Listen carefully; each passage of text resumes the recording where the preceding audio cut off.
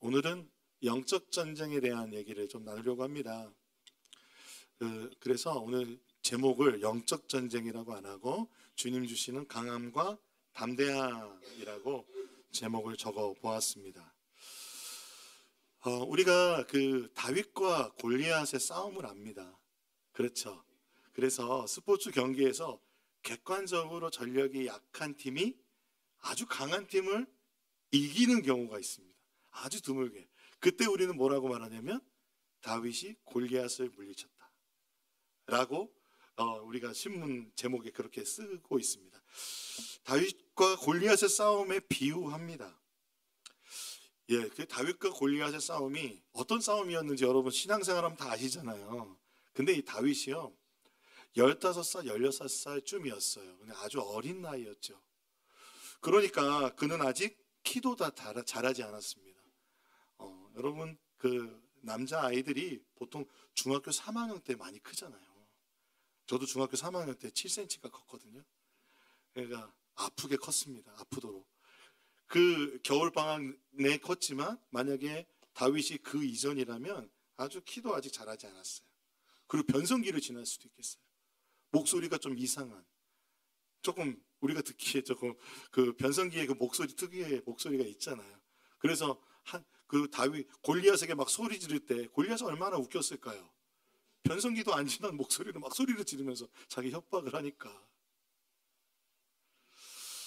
근데 아마 얼굴에 여드름도 있었을 거고요. 그런데 이 다윗에게 어느 날 사무엘이라는 엄청난 선지자가 오셔가지고 사사가 오셔서 기름을 부은 거예요. 왕의 기름을 부었다고 들었어요. 그러니까 나 왕이 되나 보다 생각했는데 현실은 전혀 바뀌지 않았습니다. 아버지가 그 다음날 아버지 저 왕인데요 그렇게 말할 수 있는데 나가서 양 그대 목동 그대로 하라고, 양 치는 거 하라고. 현실이 변하지 않았어요. 목동으로 살아갑니다. 블레셋과 이스라엘이 전쟁이 났어요. 전쟁이 났는데 형들은 이제 용사로 부름을 받아가지고 전쟁터에 나갔는데 다윗은 아직도 목동 들판에 있습니다. 그래서 아버지가 부르는 거예요. 야, 너 전쟁터에 좀 가야겠다. 야, 드디어 내가 부름을 받는구나. 가서 형들한테 도시락 좀 주고 와. 그러니까 그걸 갖다 주러 전쟁에 나갔는데 거기 보니까 말도 안 되는 광경이 펼쳐지는데 골리앗이라는 블레셋 사람이 서 있는데요. 키가 약 3m 정도 돼요. 오늘 우리 찬양하시는 장경훈 집사님 190 정도 되는데 190 정도 되는 우리 집사님 앞에서도 그 앞에만 가면 왜 이렇게 작아지는지. 집사님보다 1m 10cm가 더 큰 겁니다. 그러면 그 보는 순간 이제 너무 무섭게 되겠죠. 그러니까 압도되는 거예요. 압도되는데 그냥 나오지 않잖아요. 갑옷 입고 나오잖아요. 칼과 단창과 투창까지 다 들고 있는 거예요. 옆에. 그러면서 막 이스라엘의 하나님을 욕하고 너희들 지금 쫄았잖아. 너희 하나님 뭐라 그래? 막 그러면서 내가 오늘 너희들 다 깨부숴 버릴 거야. 아무것도 아니야 라고 협박을 하는 거예요. 그런데 다윗이 형들한테 그러는 거예요. 형님 제가 지금 뭐라고 하는 거냐고. 우리 하나님 욕하는 거 아니냐고. 그럼 막 그러니까 형들이 입을 막 막아야 나 너 조용히 좀 해. 들리겠어.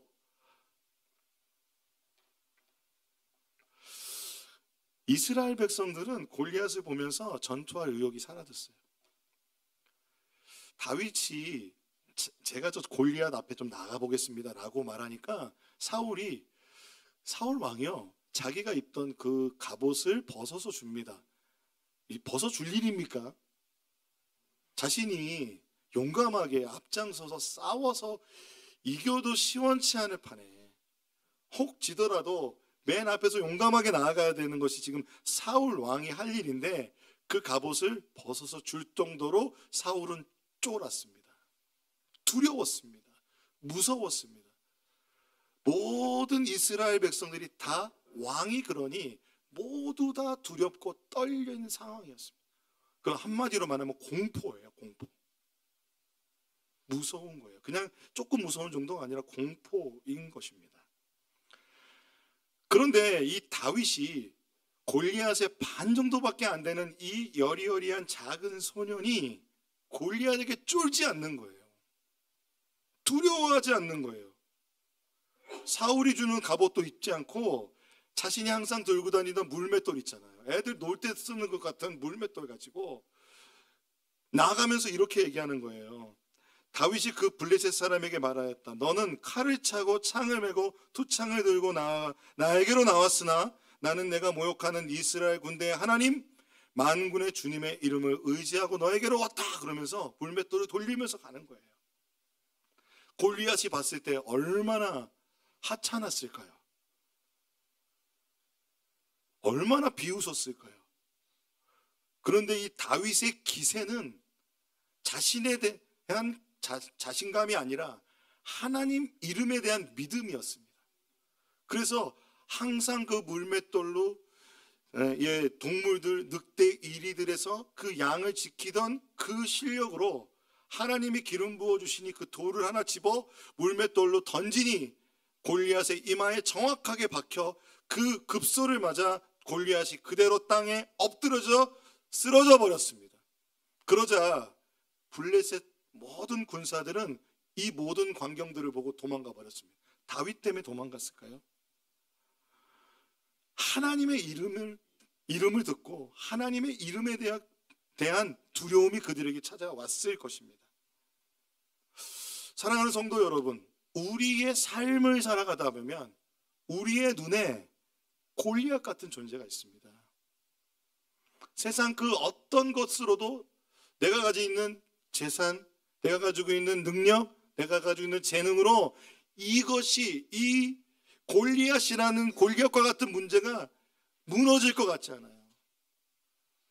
그렇게 보이는 문제가 있지만 하나님은 우리가 다윗과 같이 주님의 이름을 보기를 원하십니다. 이러한 싸움을 우리는 신앙생활하면서 하게 됩니다. 많은 사람들은 신앙생활하면서 예수 믿으면 만사형통한다고 할 때 이 만사형통을 아무런 고통도 없고 아무런 문제도 없는 상황이라고 착각합니다. 그건 가짜 만사형통입니다. 평안이라는 것도 아무 일도 일어나지 않는 상태를 편안이라고 사람들은 말하지만 그것은 가짜 평화입니다. 하나님이 주시는 평화는 세상이 줄 수도 없고 뺏을 수 없는 평화인 줄로 믿습니다. 다윗은 골리앗을 봤지만 골리앗보다 더 큰 하나님을 더 보고 있습니다. 믿음의 눈으로 신뢰하고 믿으며 주님을 의지하고 있는 것입니다. 바라보고 있는 것입니다. 오늘 사도 바울은 우리에게 영적 싸움을 하라고 합니다. 그리스도인이 되면 목사님들은 영적 싸움 하는데 나는 그냥 지금 예수 믿었는데 내가 무슨 영적 싸움이 있어? 라고 말할 수 있어요. 그렇게 생각할 수 있어요. 그래서 나에겐 영적 싸움이 없고 나는 싸울 힘도 없어 라고 우리는 생각할 수 있지만 오늘 사도 바울은 분명히 말합니다. 우리에게 그 영적 싸움을 주님 안에서 힘찬 능력을 입어서 그 싸움을 싸워야 한다고. 우리 앞에 놓여있는 영적 싸움은 예수를 믿는 사람은 누구에게나 직면해 있는 싸움, 영적 전투라는 것입니다. 베드로전서 5장 8절에도 이렇게 되어 있어요. 정신을 차리고 깨어 있으십시오. 여러분은 원수 악마가 우는 사자같이 삼킬 자를 찾아 두루 찾아다닙니다. 원수 마귀가 우는 사자처럼 삼킬 자를 찾아 두루 찾아다니고 있다는 것입니다. 사단의 권세, 사단과의 그 영적 전쟁은 우리의 삶 가운데 분명히 있다는 것이죠. 그것은 목사든 장로든 권사든 상관없이 예수 믿는 모든 사람에게 있는 것입니다. 오늘의 교회 이재훈 목사님의 영적 전투라는 책을 제가 설교를 준비하면서 참고했습니다. 근데 이 사단과의 영적 전투가 사단의 전략이 뭐냐면 없는 것처럼, 그리고 그것이 그렇게 중요하지 않은 것처럼 지금 현대에 만들어 놓았다고 하는 것입니다. 19세기 이후에 이 사단과의 영적 전쟁은 강조되지 않고 있습니다. 이게 사단의 고도의 전략일 것 같습니다. 우리가 세례를 받을 때 맹세하잖아요. 그 맹세 중에는 뭐가 있냐면, 높은 안성교회 그 세례를 받을 때 저희가 이런 맹세를 합니다. 악에 대한 거부랍니다. 악에 대한 거부. 이것은 초대교회에서부터 흘러나온 건데요. 초대교회에서부터 세례를 받을 때 사단의 세력을 쫓아내고 거부하는 기도, 그러한 기도가 초대교회부터 있었습니다. 그러므로 우리는 이 영적 싸움에 대해서 분명히 직면해야 될 줄로 제가 믿습니다. 그래서 6장 12절을 같이 한번 읽어보겠습니다. 시작. 우리의 싸움은 인간을 적대자로 상대하는 것이 아니라 통치자들과 권세자들과 이 어두운 세계의 지배자들과 하늘에 있는 악한 영들을 상대로 하는 것입니다. 그렇습니다. 우리가 어떤 예수를 믿는 사람들에게 그 싸움이 있다는 거예요. 그 싸움은 우리 눈으로 보일 때는 인간의 적대자로 하여 상대하는 것처럼 보입니다.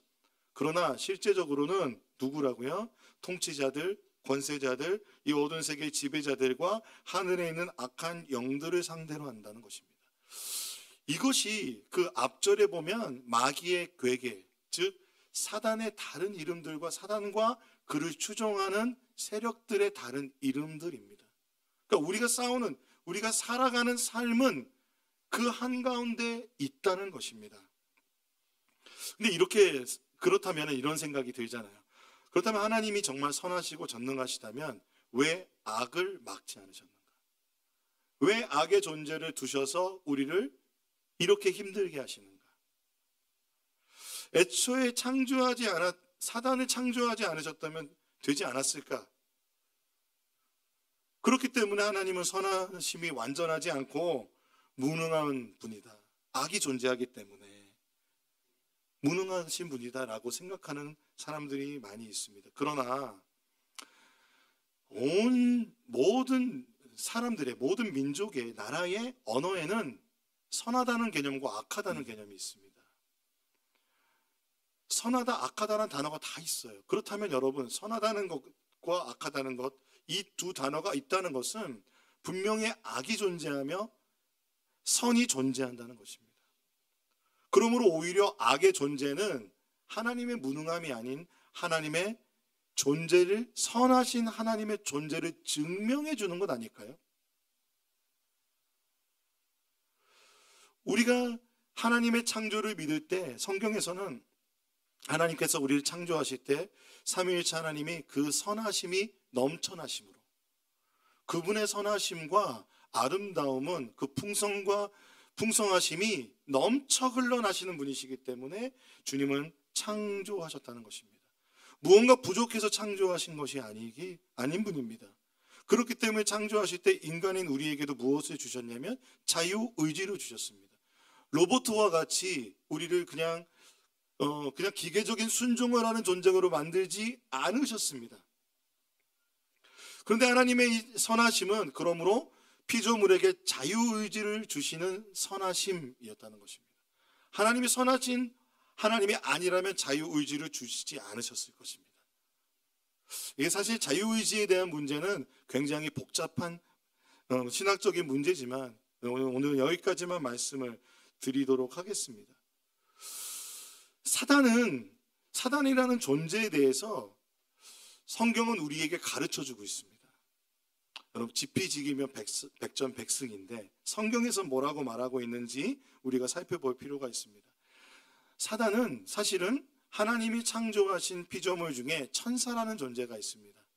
그 천사라는 존재가 성경에 나타나는데 이 천사들은 하나님의 메신저 역할을 하였습니다. 그리고 천사들은 각각의 어떤 맡은 역할들이 좀 있는 것 같아요.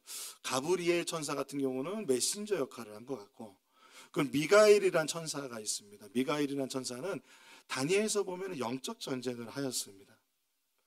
그리고 오늘 제가 말씀드릴 이 사단이라는 존재는 그 하나님 앞에 창조된 천사였지만 하나님의 그 통치 영역에 순종하지 않고 그는 하나님께 반역하였습니다.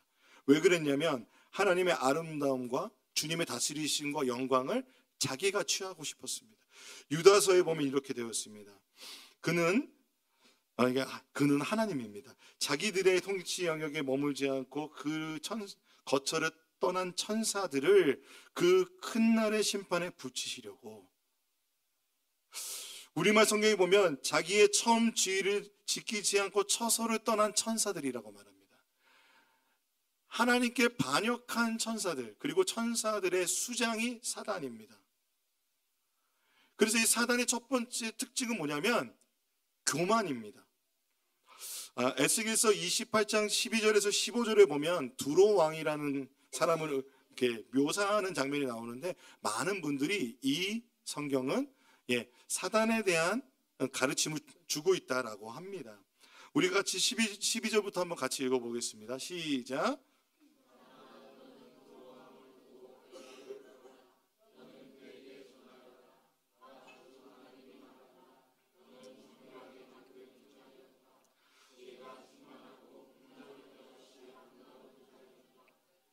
너는 옛날에 하나님의 동산 에덴에서 살았다. 너는 온갖 보석으로 내 몸을 치장하였다. 홍보석과 황보석과 금강석과 노추석과 홍옥수와 벽옥과 청옥과 남보석과 지옥과 황금으로 너의 몸을 치장하였다. 내가 창조되던 날에 이미 소구와 비파도 준비되어 있었다. 나는 그룹을 보내어 너를 지키게 하였다. 너는 하나님의 거룩한 산에 살면서 불타는 돌들 사이를 드나들었다. 너는 창조된 날부터 모든 행실이 완전하였다. 그런데 마침내 내게서 죄악이 드러났다. 두로왕이라고 표현되어 있지만 이 존재는 굉장히 아름답게 창조되었습니다. 사단은 그 어떤 천사보다도 아름다운 천사였고, 보면은 모든 행실이 완전하였다고 말합니다. 그리고 태어날 때 이 사단에게는 뭐가 주어졌냐면 소구와 비파가 주어졌다고 말합니다. 즉 사단은 하나님을 찬양하는 천사였다고 합니다. 하나님을 찬양하는 제사장 그룹, 그러니까 찬양하는 그 그룹의 리더 천사가 사단이었습니다. 그래서 우리는 루시엘이라고 우리가 보통 그렇게 알고 있죠. 그런데 28장 17절에 보면 이렇게 되어 있습니다. 너는 네 미모를 자랑하다가 마음이 교만하여졌고 내 영화를 자랑하다가 지혜가 흐려졌다. 그래서 내가 너를 땅바닥에 쓰러뜨려 왕들 앞에 구경거리가 되게 하였다. 악의 뿌리는 교만입니다. 피조물인 사단은 자신의 아름다움을 자랑하였습니다.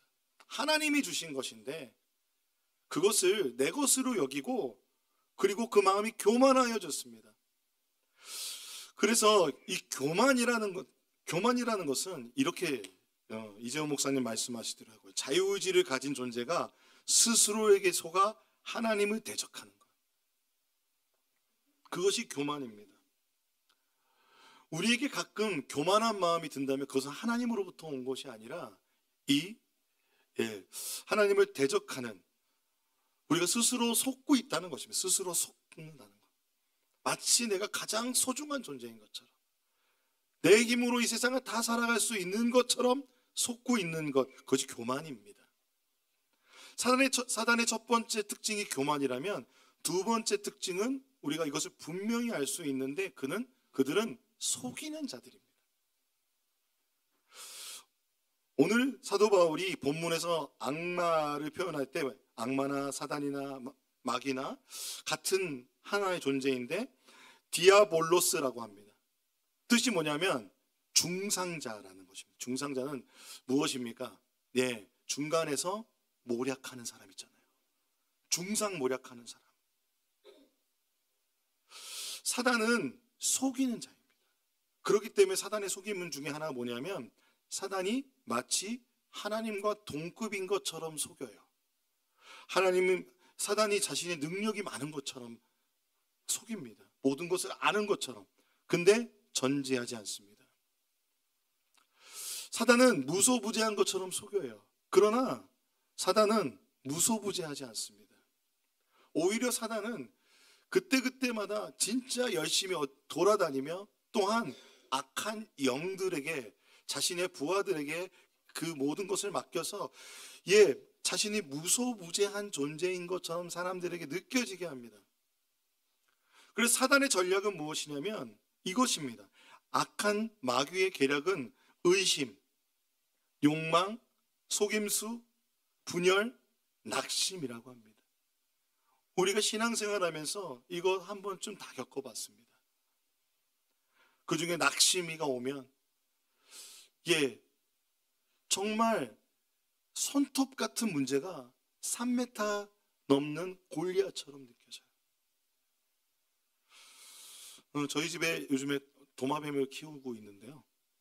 이 도마뱀이 무서우면 뭅니다. 무는데 한껏 입을 최대한 벌려서 무서운 척합니다. 근데 놀라운 건 제가 무섭더라고요. 그런 공포가 오더라고요. 안 올 줄 알았는데 물리니까 무서워요. 물리니까 무서워. 이게 찌끔 물렸는데 정말 그 귀여운 존재인데 마치 사단은 자신이 그런 존재인 것처럼 자신을 불리는 거예요.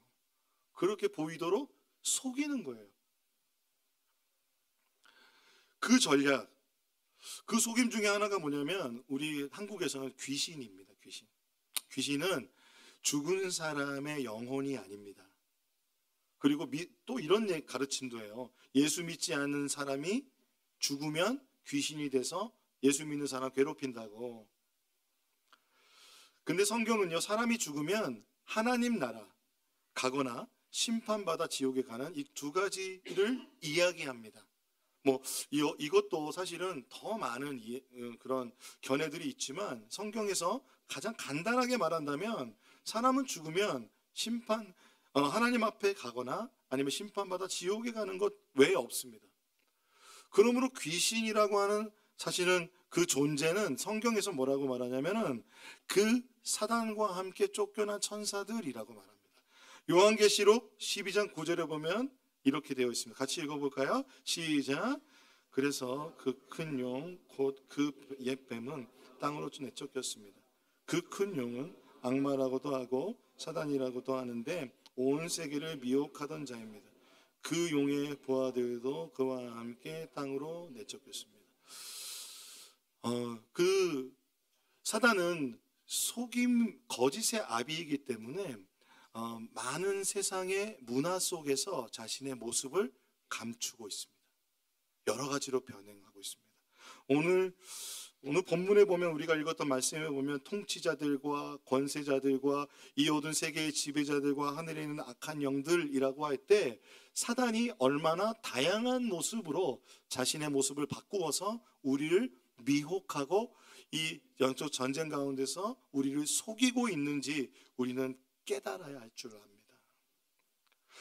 거짓의 아비 사단을 우리가 볼 때 우리가 겉으로는 세상의 종교, 세상의 이데올로기, 또 세상에 있는 그런 정치, 지역 이런 상황 속에서 우리가 보여지는 싸움으로 우리가 분열되고 그런 모습들이 있지만 사실 그 이면에는 사단의 전략이 있다는 겁니다.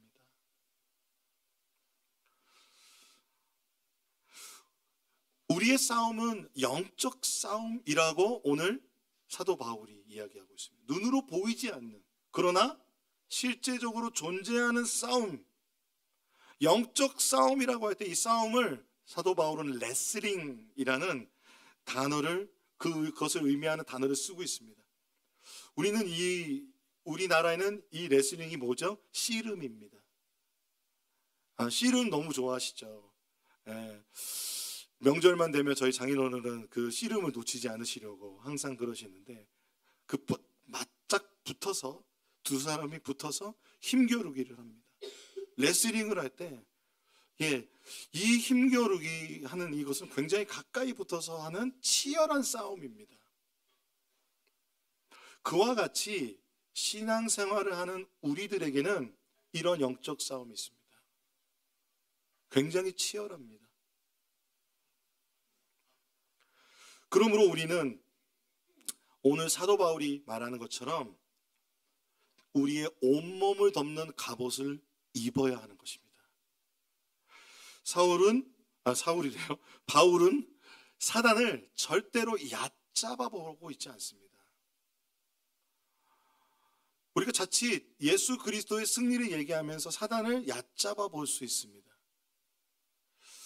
사단의 존재를 하나님과 같이 여기면 안 됩니다. 그러나 사단은 우리가 그렇게 만만하게 볼 상대도 아닙니다.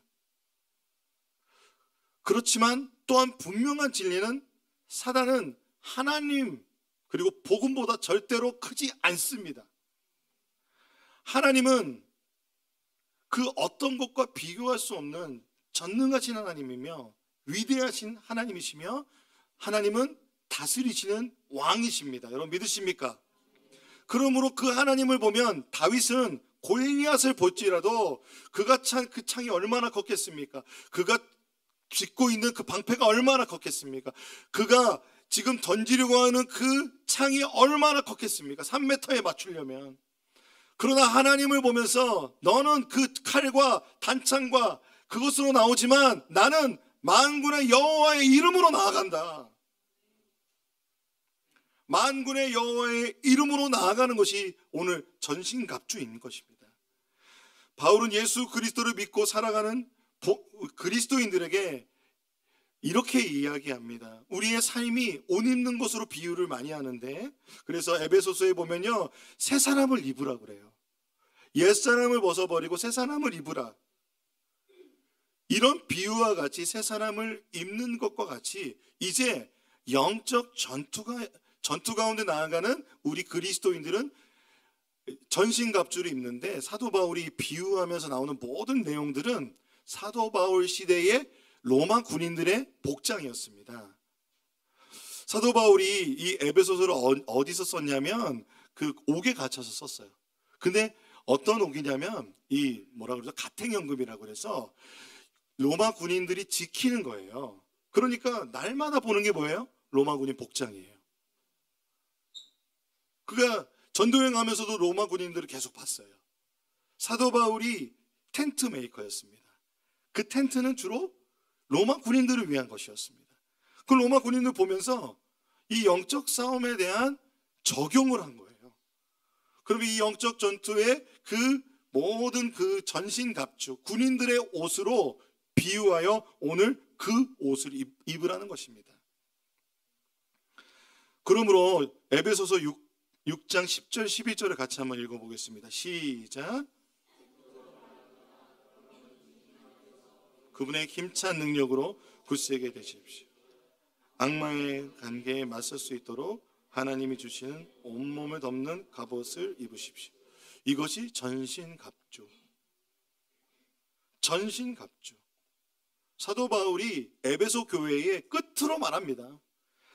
복음에 대해서 잘 설명하고 이제 끝으로 주님 안에서 그분의 힘찬 능력으로 굳세게 되십시오. 힘찬 능력으로 굳세게. 강한 거 세 번 강조했어요. 주님 안에 있는 것이 강함인 것입니다. 주님 안에 있는 것이 굳세게 되는 것입니다. 나의 힘과 나의 능력은 약하지만 하나님, 오늘 사도 바울은 주님 안에서 힘차지고 능력으로 굳세게 되라고 말합니다. 그것이 뭐예요? 그렇게 되는 것이 주님 안에 거할 때 우리가 하나님이 우리에게 행해 주시는 것이 있지만 우리가 이 온몸으로 덮는 갑옷을 입는 것을 해야 되는 거예요. 믿음 생활에서. 이 갑옷이 뭐냐면 진리의 허리띠, 정의의 가슴막이, 평화의 복음을 전할 채비, 또 신발이라고도 하고요. 믿음의 방패, 구원의 투구, 성령의 검입니다. 우리 한번 그림을 보여주시겠어요? 제가 그림 보여드리면서 이 그림으로 제가 설교 준비하면서 로고스 바이블이라는 곳에 이런 그림이 있더라고요. 제가 한번 이렇게 여러분에게 좀 그림으로 만들어 봤어요. 자, 이게 로마 군사의 옷입니다. 옷인데 이 중에서 제일 먼저 나오는 게 뭐냐면 진리의 허리띠입니다. 진리의 허리띠인데 가죽 옷이거든요. 우리들은 오늘도 제가 벨트를 했는데 겉옷에 벨트를 하잖아요. 근데 군인들, 로마 군인들의 벨트는 속옷에 하는 겁니다. 안에다가 입는 트윅이라는 것에 벨트를 합니다. 그래서 이것이 헐렁헐렁하지 않게. 그래서 옷을 입었을 때 여러분 허리띠가 헐렁헐렁하면 어떻게 됩니까? 이렇게 올리시잖아요. 허리띠를 잘 매야 합니다. 우리가 삶을 살아갈 때 더 열심히 살자. 그럴 때 뭐라고 말합니까? 허리띠를 졸라매자. 그러므로 이 진리의 허리띠는 우리의 신앙생활의 가장 기본적인 거예요. 우리가 그것이 무엇이냐면 진리. 진리는 하나님의 말씀과 예수 그리스도인 줄로 믿습니다. 진리를 붙잡아야 됩니다. 진리를 꼭 붙잡아야 됩니다. 두 번째는 정의의 가슴막이. 이게 호심경이라고 하는데요. 지금 하얀색으로 보이지만 사실은 자세히 보면 이게 다 구분이 되어 있는데, 이 호심경이라는 것은 우리 몸통의 앞뒤를 다 막는 거예요. 보호하는 거예요. 그런데 이 안에는 우리의 몸통에 뭐가 있습니까? 심장도 있고 폐도 있고 중요한 장기들이 다 있어요. 그걸 다 보호하는 겁니다. 그리스도인의 삶에 있어서 우리의 삶에 중요한 우리 내면의 이 중요한 장기와 같은 것들을 보호해야 되는 거예요. 그게 뭐예요? 정의라는 거예요. 의라는 거예요. 왜 의일까요?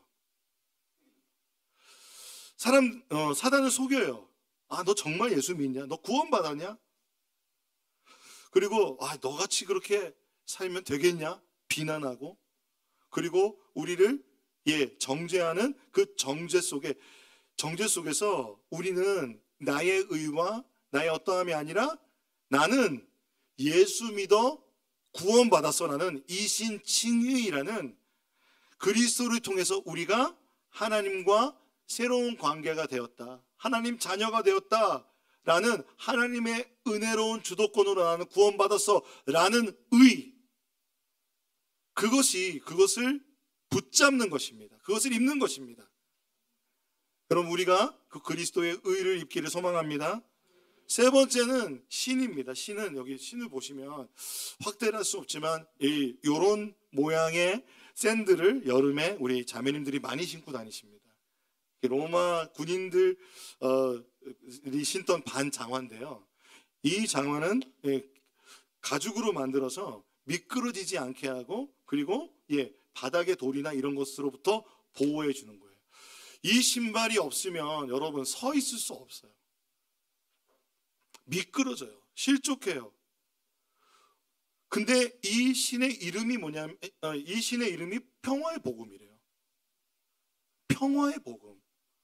우리의 삶을 살아가면서 참된 평안, 그것은 복음에 있는 것입니다. 복음은 무엇입니까? 복음으로 우리가 평안하게 되는 것입니다. 예수 그리스도 안에서 우리에게 선포된 하나님의 놀라운 복음, 십자가로 말미암아 구원받는다는 것, 그것을 믿음으로 은혜로 구원받는다는 것, 그 복음으로 확고한 우리의 신앙생활의 발판으로 서 있으셔야 됩니다.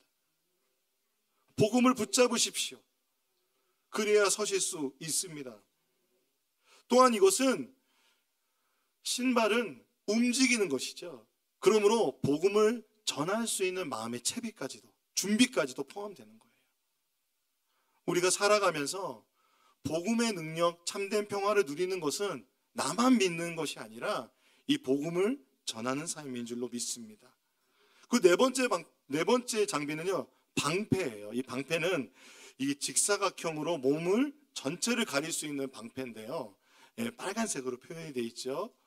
이 방패는 특징은 뭐냐면 불화살을 막아줘요. 화살 중에 불화살이 날라오면 우리가 그것을 맞으면 어떻게 되겠습니까? 전신이 불타서 중상을 입게 될 겁니다. 목숨을 잃을 수도 있겠습니다. 이 마귀의 불화살을 우리 이재용 목사님 이것을 거짓 죄책감이라고 합니다. 우리에게 거짓으로 우리의 양심에게 고발하는 거예요. 우리가 첫 번째로는 뭘 했었죠? 그럴 때 정의의 가슴막이, 그것도 보호하잖아요. 그런데 이 믿음의 방패는, 믿음이라는 것은 이러한 거짓 죄책감 가운데서 하나님을 믿는 믿음으로 그 불화살을 맞았을지라도 꺼버리는 거예요. 여러분 생각해 보세요. 의심, 불순종, 반역, 그리고 육체적인 욕망, 두려움, 이와 같은 생각들이 우리에게 불화살과 같이 다가오잖아요. 그 생각이 드는 것을 우리가 막을 수 있습니까? 없습니까? 없잖아요. 날라와요. 근데 그것을 맞아서 우리가 불타버리는 것이 아니라 믿음, 하나님을 믿는 믿음으로, 그리고 우리가 가진 그 믿음으로 하나님을 신뢰하는 마음으로 믿음의 방패를 들고 있을 때 이 방패에는 그 불화살을 끌 수 있는 그러한 처리가 되어 있다고 합니다. 그것과 같이 우리가 그 생각들을 막을 수는 없지만, 오는 것을 막을 수는 없지만 우리가 불화살을 꺼뜨려 버릴 수는 있다는 것이죠. 우리의 삶에 들어와 불타버리는 것을 막을 수 있다는 것이죠. 그리고 다섯 번째는 구원의 투구입니다. 투구, 우리의 머리를 보호하는 것. 그것은 굉장히 강한 청동이나 철같이 튼튼한 금속으로 만들었는데 도끼나 망치 같은 것으로 내리쳐야 깨진다고 합니다. 이것은 뭐냐면 이 투구의 이름이 구원이라고 합니다. 여러분, 우리 구원 받으셨습니까? 여러분, 구원의 확신이 있으십니까? 구원받은 소망이 있습니까? 그 구원은 어디서 옵니까? 구원은 누구에게 있습니까? 하나님께 있습니다. 그러므로 이 구원의 투구는 하나님으로부터 받아 쓰는 것 같아요. 그리할 때 우리에게 하나님께서 이 구원의 확신으로 영적 전투의 싸움에서 우리가 내가 이것을 이길 수 있구나 라는 확신을 할 수 있어요. 여기에서 우리가 생각해야 되는 게 뭐냐면 이 영적 전투는 이미 승리를 보장받은 싸움인 거예요. 예수님이 십자가에서 사단의 머리를 밟으셨습니다. 여러분 믿으십니까? 그 믿음으로 우리가 마침내 하나님의 나라 가운데서 그 구원의 그 놀라운 소망 가운데 하나님 나라 가운데 살아갈 것을 믿는 것입니다. 그 마지막 무장은 뭐냐면 성령의 검. 이 검이 어떤 거냐면 백병전할 때 가까이 붙어서 싸우는 검이래요. 이 검의 이름이 뭐냐면 말씀입니다. 이 6가지 지금 우리가 본 이 전신갑주 중에 유일하게 공격 무기입니다. 이 공격 무기가 하나님의 말씀인 거예요. 히브리서 4장 12절에 하나님의 말씀은 살아있고 힘이 있어서 어떤 양날칼보다도 더 날카롭습니다. 이것이 사람 속을 꿰뚫어 혼과 영을 갈라내고 관절과 골수를 갈라놓기까지 하며 마음에 품은 생각과 의도를 밝혀냅니다.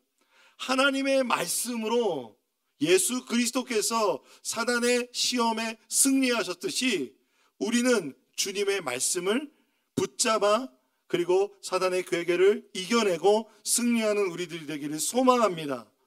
할렐루야. 이 전신갑주를 우리가 볼 때 이 생각해야 되는 것이 있습니다. 이 전신갑주를 입은 우리의 모습을 한번 상상해 보세요. 여러분에게는 뭐가 더 필요하십니까? 의의 호심경이 필요하십니까? 구원의 투구가 필요하십니까? 성령의 검이 필요하십니까? 믿음의 방패가 필요하십니까? 복음의 평안의 신발을 신으셔야 됩니까? 여러분 한번 지금 생각해 보시기 바랍니다. 그런데 이재원 목사님은 결국 이 전신갑주를 표현한 모든 비유를 보니까 예수 그리스도의 복음이라는 겁니다. 이재원 목사님은 그림 내려주시고요. 이렇게 이야기하십니다. 이 전신갑주는 예수 그리스도 그분이 바로 하나님의 전신갑주입니다. 예수님이 이루신 일, 우리를 위해 행하신 역사, 예수 그리스도 안에서 우리에게 베풀어 주신 하나님의 은혜, 약속, 이 모든 것이 하나님의 전신갑주로 비유되고 있다는 것입니다. 여러분 믿으십니까? 자, 그렇다면 이 전신갑주를 입는 것은 어떻게 입을 수 있냐 하면 사도 바울이 분명히 말합니다. 먼저 주님 안에서. 예수님도 말씀하셨어요. 이 전신갑주를 입는 것이 내가 너희 안에, 너희가 내 안에 거하는 것이다. 내 안에 거하라. 예수 그리스도와 동행하는 삶이 전신갑주를 입는 것입니다. 사랑하는 성도 여러분, 예수님이 여러분 안에 계십니까? 아멘입니까? 그런 우리는 전신갑주 입고 있는 겁니다. 전신갑주 입고 있습니다. 우리는 약한 존재였지만 예수 그리스도를 믿을 때 주님이 우리에게 오셔서 이 하나님의 전신갑주를 입혀 주셨습니다. 그런데 중요한 것은 우리가 해야 될 것이 있다는 것이죠. 그럼 사도 바울이 또 입으라고 말한 건 뭐냐면 날마다 기억하라는 겁니다. 날마다 기억하고 이 전신갑주를 입는 그 우리의 믿음의 행동, 그리고 믿음의 우리가 그런 복음을 기억하는 이 믿음의 신앙생활을 해나가는 것, 하나님을 바라보는 것, 예수 안에 거하는 것, 그것이 바로 전신갑주를 입는 것입니다. 그래서 사도 바울은 이렇게 이야기합니다. 에베소서 6장 18절에 온갖 기도와 간구로 언제나 성령 안에서 기도하십시오. 이것을 위해서 늘 깨어서 끝까지 참으면서 모든 성도를 위하여 간구하십시오 라고 말합니다. 전신갑주를 입고 영적 전투에 임하는 또 한 가지 이유가 뭐냐면 잃어버린 영혼을 구원하기 위함입니다. 하나님이 지금 분명히 사단의 머리를 밟으시고 주님이 기다리시는 것은 무엇입니까? 승리의 날입니다. 그러나 그날까지 주님은 잃어버린 영혼, 한 번도 복음을 듣지 못한 영혼들에게 하나님의 복음을 우리를 통하여 군사된 우리가 전하기를 원하십니다. 그 기도를 우리가 해야 될 줄로 믿습니다. 그래서 우리가 함께 이 영적 전투 가운데서 우리는 승리가 보장된 싸움을 하고 있다는 것을 믿으시기 바랍니다. 우리에게는 영적 전신갑주가 입혀져 있음을 믿으시기 바랍니다. 그리고 어떤 상황과 환경보다 더 크신 하나님을 바라보는 믿음으로 주님 안에 거하는 것이 우리가 이 영적 전쟁 안에서 하나하나의 전신갑주를 입고 십자가의 군병들이 되는 줄로 믿습니다. 할렐루야. 그래서 오늘 함께 이 말씀을 기억하면서 오늘 예배 때 불렀던 찬양, 역전들이라는 찬양을 하고 싶어요. 사랑하는 성도 여러분, 제가 이 찬양을 들으면서 너무 은혜가 되는 거예요. 너 기도를 멈추지 마라. 기도를 멈추지 않는 게 전신갑주를 입는 것 같은 거예요. 근데 뭐라고, 이 가사에 뭐라고 되어 있냐면 잠시도 쉬지 않고 내가 너를 위해서 기도하고 있고 내가 너를 위해서 일을 하고 있다고 주님 말씀하십니다. 사랑하는 성도 여러분, 영적 싸움이 실제이며 이렇게 강조된 이유가 무엇일까? 이 영적 싸움 가운데 주님도 지금 우리와 함께 하시며 주님이 일하고 계신 줄로 믿습니다. 그래야 우리가 그 주님 앞에 찬양하며 나갈 때 낙심하지 말고 나를 바라보는 시선을 주님께로 돌려서 주님을 바라보며 기도하지 않으시겠습니까?